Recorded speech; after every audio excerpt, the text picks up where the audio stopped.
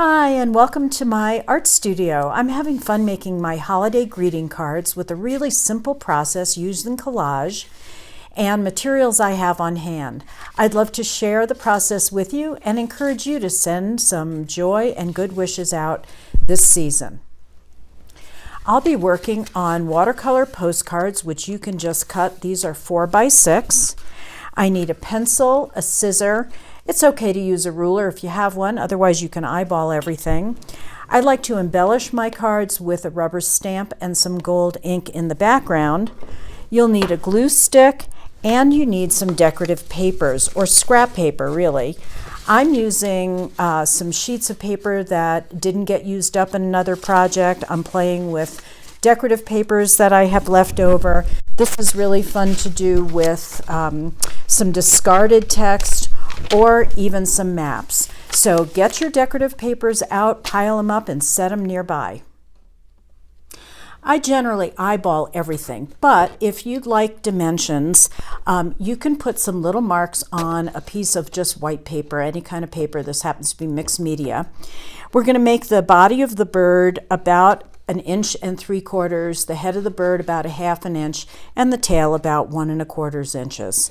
So you can put those marks on there. We know that bird will fit onto a 4 by 6 card and fill up the space in a pleasing manner.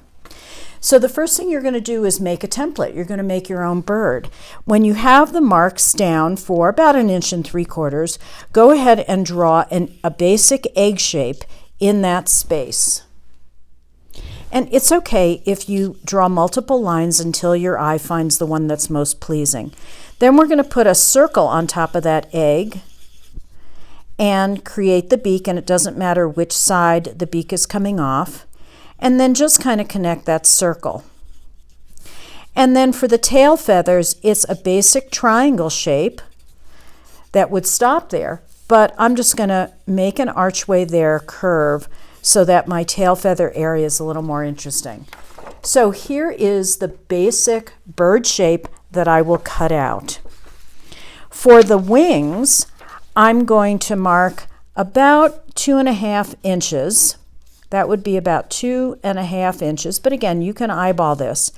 And I'm going to make a shallow archway, a shallow arch, and then just make 3 curves coming up. There's the wing shape, and now you're going to cut out both the bird and the wings for your template. I have my bird cut out. I've stacked up the papers I want to cut, and now I'm going to simply cut around the bird, and I can stack up as much paper as is comfortable to cut, so this is a really fast way to get a lot of bird shapes. And after I cut out the bird facing that way, I'm going to cut out a bunch of birds facing the other way on a different stack of paper.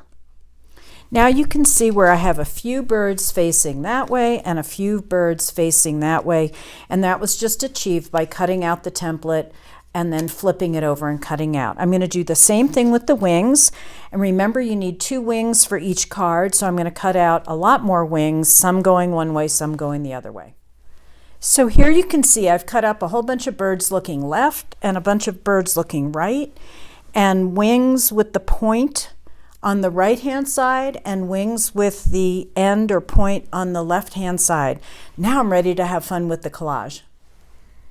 The best part about this project is you can totally personalize it however you'd like. My friend Margot recently gave me this stamp of fake writing, and I found some gold ink, so I like to put the stamp as a background, and then I get to play with the bird that I might want to put on it and sort of arrange the wings however I'd like.